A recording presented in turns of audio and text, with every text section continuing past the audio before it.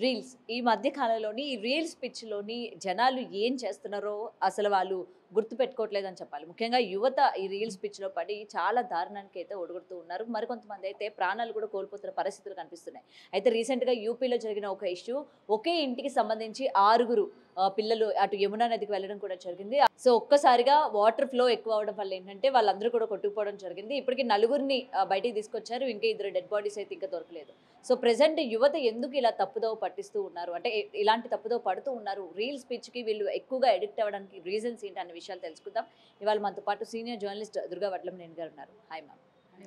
Reels ఈ మధ్య కాలంలో ముఖ్యంగా ఇప్పుడు యువత లేదు, పెద్ద చిన్న ముసల ముతక ఎవ్వరు కూడా తేడా లేకుండా ఈ రీల్స్ పిచ్చి దానికోసం కొత్తగా ఫోన్లు కొనుక్కుంటున్నారు. వాళ్ళని వాళ్ళు ఎక్స్‌ప్లోర్ చేసుకోవడానికి ఇష్టపడుతూ ఉన్నారు. ఓకే, వాళ్ళ ఎంటర్‌టైన్‌మెంట్ కోసం. బట్ ఇలాంటి ఇన్సిడెంట్స్ చూసినప్పుడు అవసరమా?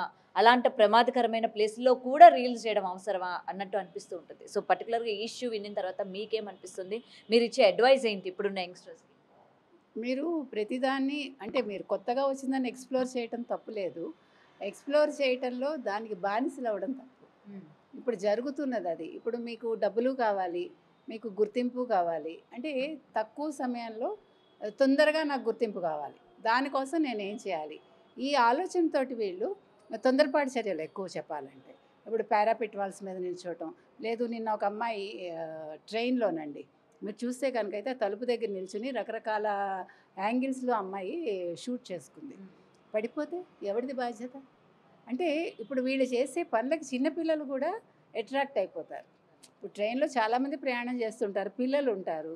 వాళ్ళు తల్లి, తండ్రికి చెప్పకుండా గబుక్కున వెళ్ళి అలాగే ట్రై చేశారనుకోండి, ఏ తల్లి ఫోనో తీసుకుని వెళ్ళి. ఎవరు బాధ్యులైతారు? మీరు చెప్పినట్టుగా ఇవాళ 6గురు చనిపోయారు ఒకే కుటుంబానికి చెందిన వాళ్ళు అంటున్నారు. అందులో ఒక చిన్న బాబు కూడా ఉన్నాడు. వీళ్ళు యమునా నదిలో వెళ్ళి డ్యాన్స్ చేస్తూ ఆ నీళ్ళల్లో వీళ్ళేం చేశారు? రీల్స్ చేస్తున్నారు. చేస్తుంటే సడన్‌గా నీటి ఉధృతి ఎక్కువైపోయి ఒకళ్ళు కొట్టుకుని వెళ్ళిపోయారు. ఆ అమ్మాయిని కాపాడడం కోసం అదే కుటుంబానికి చెందిన అంటే కజిన్సే అందరూ, మిగతా వాళ్ళు కూడా వెళ్ళి అందరూ చనిపోవటం జరిగింది. ఇటీవలి కాలంలో ఈ రకంగా చనిపోవటం మనం చాలామందిని చూసాం. మొన్నెప్పుడో ఎవరో వెడ్డింగ్ షూట్ చేసుకుంటూ కూడా మనం నీళ్ళలో కొట్టుకుపోయారని మనం విన్నాం. పడిపోవటం జరుగుతుంది. రకరకాల అంటే ప్రాణాలతో ఉంటే ఓకే, వాళ్ళు అదృష్టవంతులు. లేకపోతే కడుపు కోత ఎవరికండి? తల్లిదండ్రులకే కదా! అంటే పిచ్చి వద్దు. ఏది కూడా మీరు అందులో వెళ్ళిపోయి ఇది చేసేస్తేనే గాని నాకు లైఫ్ లేదు, ఈ రకంగా చేస్తే గాని నాకు వ్యూస్ రావు, ఈ రకంగా చేస్తే గాని నన్ను ప్రజలు గుర్తించరు, నాకు డబ్బులు రావు, అదొద్దండి. దేన్నైనా కూడా మీరు అంటే పైపైన తెలుసుకోవటం ఎంతవరకు చేయాలో అంతవరకు చేస్తే ఈ రకమైన ఇబ్బందులకు గురి కారు వీళ్ళు. ఇప్పుడు 6గురు ఒక కుటుంబానికి చెందిన వాళ్ళు చనిపోతే ఆ తల్లిదండ్రుల వేదన ఎలా ఉంటుందండి? కాబట్టి యువతకి మనం చెప్తున్నది ఒకటే. వీళ్ళు రోజు రోజుకి ఈ ఫాస్ట్‌నెస్ పెరిగిపోతుంది. ఈ పెరుగుతున్న వేగంలో వీళ్ళు ఏం చేయాలో తెలియక ఇట్లా రకరకాల మార్గాలు ఎంచుకుంటున్నారు. ఒక్కసారి ఒక పని చేసే ముందు ఒక్క నిమిషం నిదానంగా ఆలోచిస్తే అంటే ప్రతిదానికి తొందరపాటే. మీరు గమనిస్తే ప్రేమించటంలో తొందరపాటు, పెళ్లి చేసుకోవడంలో తొందరపాటు, లేతే చచ్చిపోవడంలో తొందరపాటు, సూసైడ్ చేసుకోవటంలో తొందరపాట్లొద్దు. నిదానం కొద్దిగా నేర్చుకోమని మనం ఈ యువతకి చెప్తున్నామండి. ముఖ్యంగా రీల్స్ చేసేటప్పుడు మీరు ఎక్కడ చేస్తున్నారు? ఒక చెట్టు ఎక్కడమా, ఒక పొట్టు ఎక్కడమా, లేదో గోడ ఎక్కడమా, అది కాదు కదా! లేతే పావుని ఇది చేయడం, లేతే సింహాల్ని ఏడిపించటం జూకెళ్ళి. అదేదో పెద్ద గొప్ప అనుకుని దాన్ని రీల్ చేయటం.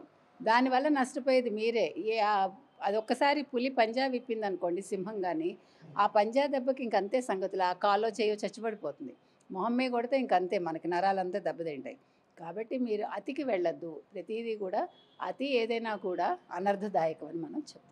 అండ్ ఇక్కడ పేరెంట్స్ ఎటువంటి పాత్ర వహించాలి అంటారు? ముఖ్యంగా పిల్లలు ఈ విధంగా రీల్స్‌కి అడిక్ట్ అయి ఉన్నారు కాబట్టి, అందరికీ ఈ మధ్య కాలంలో స్కూల్ పిల్లల దగ్గర నుంచి మొబైల్ ఫోన్స్ ఉన్నాయి. రీల్స్ లేకపోతే మన నిత్యంలో అంటే డైలీ రొటీన్స్ మనం పెట్టాలి, అవతల వాళ్ళు తెలుసుకోవాలి ఏం జరుగుతుందో మన లైఫ్‌లోని అని ఇంట్రెస్టింగ్‌గా ఉన్న వాళ్ళకి పేరెంట్స్ యొక్క పాత్ర ఏ విధంగా ఉండాలి ముఖ్యంగా? మీకు గుర్తుందా? ఇంతకుముందు ఒక పాప రీల్స్ చేస్తుంటే తండ్రి ప్రోత్సహించాడు.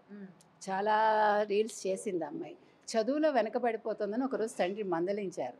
మందలిస్తే అమ్మాయి సూసైడ్ చేసుకుంది. అంటే నేననేది తోటకూర నాడే చెప్పలేదా కొడకా అని ఒక సామెత ఉంది మనకి. మీరు ఎంకరేజ్ చేయండి పిల్లల్ని. కానీ అందులో ఇమ్మర్స్ అయిపోతున్నప్పుడు వెనక్కి లాగాల్సిన బాధ్యత పేరెంట్స్‌ది. పిల్లలు కూడా వింటలేదు. చాలా మొండితనం చేస్తున్నారు. అవన్నీ మనం ఏం చేయలేని విషయాలు ఇవంతా కూడా. అంటే ఇప్పుడు వాళ్ళు ఇది కావాలి అంతే. దాంట్లో వచ్చే పర్యవసానాలు ఏంటి, దీనివల్ల తల్లిదండ్రులు ఎంత బాధపడతారో అది ఆలోచించట్లేదు. కాబట్టి రీల్స్ విషయం కావచ్చు, ఫోన్ విషయం కావచ్చు. మా ఇంటి పక్కన చిన్న పిల్లాడండి, ఫోన్ ఇవ్వకపోతే ఇంకా ఏడుస్తాడండి. అసలు తల్లిని నానా రభస చేస్తాడు. ఫోన్ పెట్టుకునే తింటాడు. అంటే మీరు ఏం చేస్తున్నారు, ఆ పిల్లాడికి అన్నం పెట్టడం కోసం ఫోన్ ఇస్తున్నారు. అంటే మిస్టేక్ ఎవరిది? ఫస్ట్ తండ్రిది. కాబట్టి మనం ఒక్కటే చెప్తున్నామండి, మీరు దయచేసి ఫోన్ ఇచ్చే ముందు ఒకటికి 2 సార్లు ఆలోచించండి. ఏ వయసులో మనం ఫోన్ ఇవ్వాలి, ఏ వయసులో వీళ్ళతోటి మనం కంట్రోల్లో పెట్టాలి వీళ్ళని, ఇవన్నీ ఆలోచించుకుంటే బాగుంటుంది. పేరెంట్స్ తప్పిదం ఉంటుంది, పిల్లల మొండితనం ఉంటుంది. ఇది సంయమనం చేసుకోవాల్సిన బాధ్యత ఇద్దరి మీద ఉంది. ముఖ్యంగా పేరెంట్స్ ఎక్కువ బాధ్యత ఉంది. Thank you.